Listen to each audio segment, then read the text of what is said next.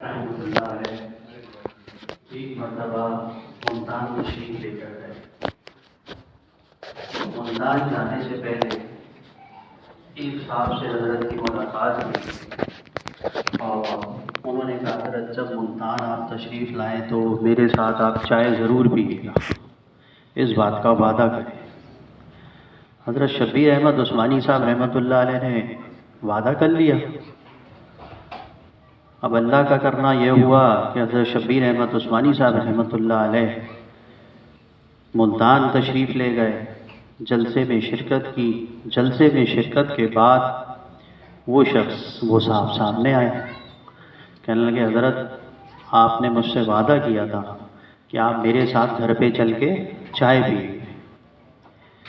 اللہ والے جو ہوتے ہیں ان کی نگاہ میں مال دولت کوئی حیثیت نہیں رکھتی۔ بڑے بڑے لوگ حضرت کے لیے کھڑے ہوئے، گاڑیاں لے کے کھڑے ہوئے باہر کہ حضرت ہمارے ساتھ چلیں، ہمارے ساتھ چلیں، تو ہم حضرت کو لے چلیں۔ جب وہ صاحب آئے تو حضرت کے جو ساتھ رفقا تھے انہوں نے کہا حضرت سے کہ حضرت بہانہ کر دیں، کوئی بہانہ کر دیں صاحب سے۔ حضرت نے فرمایا نہیں۔ حضرت شبیر احمد عثمانی صاحب رحمۃ اللہ علیہ ان صاحب کے ساتھ پھر ان کے گھر گئے، وہاں پہ ان کے ساتھ جا کے پھر اپنا وعدہ پورا کیا اور چائے پی۔ تو پھر حضرت فرمانے لگے بعد میں اپنے رفقا سے کہ ان کو کیا پتا کہ وہ کس دل سے اس نے مجھے دعوت دی تھی اللہ کے لیے کہ میں اس کے ساتھ چائے پیوں، اور میں اس کی خواہش چھوڑ دیتا صرف اس لیے کہ مالدار لوگوں کی گاڑیاں کھڑی ہوئی ہیں، ان کو دیکھ کے کہ یہ کروڑ پتی ارب پتی لوگ ہیں۔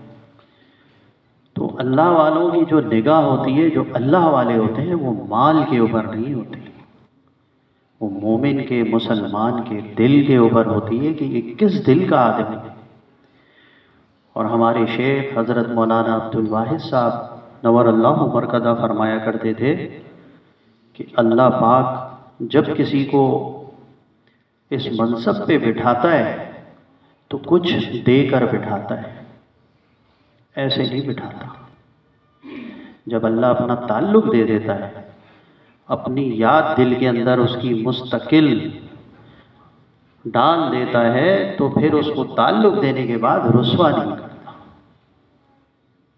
اور اس کی نگاہ کے اندر تمام مخلوق جو اس سے اللہ کے لیے ملتی ہے، چاہے مالدار ہو غریب ہو، ایک ہی نگاہ سے دیکھتا ہے، وہ اللہ والا ہوتا ہے۔ تو ہمارے اسلاف اس طرح کے گزرے۔ اور آج کیا ہے، جس کو یہ مالدار نظر آیا، تھوڑا سا پیسے والا ہے، ارے بھائی کام آئے گا تعلق بناؤ، کام آئے گا تعلق بناؤ،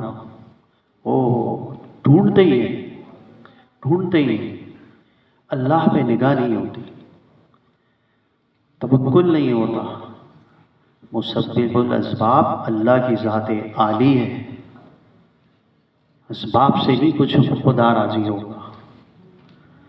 اللہ اس لیے کہا جاتا ہے کہ اتنا اللہ کا ذکر کرو کہ ہر وقت اللہ کی یاد تمہارے دل کے اندر رج بس جائے۔ جب مستقل اللہ کا ذکر کرو گے، قلب کے اوپر اللہ کی ضربیں لگاؤ گے، تو جب اللہ کی یاد قلب میں منور ہو جائے گی اور نور سے قلب روشن ہو جائے گا، تو بس پھر اللہ ہی نظر آئے گا، اور پھر اللہ ہی سے سب کچھ ہوگا۔ خالی زبان سے کہنے سے کچھ نہیں ہونے کا۔ احمد علی لاہوری رحمۃ اللہ علیہ فرماتے ہیں کہ ان سے ملنے کی ہے یہی ایک راہ کہ راہ رکھنے والوں سے راہ پیدا کر۔ اور فرمایا کرتے تھے یاد رکھو ہمیشہ چراغ سے چراغ جلتا ہے، ایک چراغ سے دوسرا چراغ جلتا ہے، کہ اللہ والوں کے جو دل روشن ہوئے ہیں اللہ کی یاد سے، انہی کے پاس جاؤ، انہی سے اپنا دل روشن کرواؤ، تب جا کے بات بنے گی۔ نہیں تو ساری عمر انسان کی ایسے ہی نکل جاتی ہے، نہ اللہ آتا ہے، نہ وصال ملا، نہ وصال سلام، یہی حال رہ جاتا ہے، کچھ پتہ نہیں چلتا۔ اور جب اللہ آ جاتا ہے تو جیسے نبی کریم صلی اللہ علیہ وسلم نے فرمایا کامل ایمان والا وہ ہے کہ جس کو حضور اکرم صلی اللہ علیہ وسلم کی محبت سب سے زیادہ ہو، اور اس کا امتحان اللہ رب العزت اگر کوئی چاہتا ہے کہ اس کا امتحان کے اندر وہ دیکھے کہ آیا میرے اندر اللہ کی محبت زیادہ ہے یا مخلوق کی یا بیوی بچوں کی، تو وہ خود جانچنا اگر چاہتا ہے تو دیکھ لے۔ جہاں سے بیوی بچوں کی خواہش اور اللہ کا حکم آ کے ٹکرا جائے اور وہ جس حکم پہ عمل کر رہا ہے، بیوی بچوں کی بات رکھ رہا ہے اور اللہ کے حکم کو چھوڑ رہا ہے، تو پھر خود اب فیصلہ ہو گیا۔ اللہ کی اور اس کے رسول کی محبت اس کے دل میں کبھی نہیں ہے، اور اگر دل میں محبت کبھی ہوگی تو وہ کبھی بھی اللہ اور اس کے رسول کی بات کو نہیں گرنے دے گا، بیوی بچوں کی بات گرا دے گا۔ اب جیسے بیوی بچے کہتے ہیں کہ بھی میری شادی ہے، شادی میں تو جی مکس گیدرنگ کروں گا، مردوں کو بھی بلاؤں گا، عورتوں کو بھی ایک ہی حال میں ناچیں گے گائیں گے جو چاہے کریں گے۔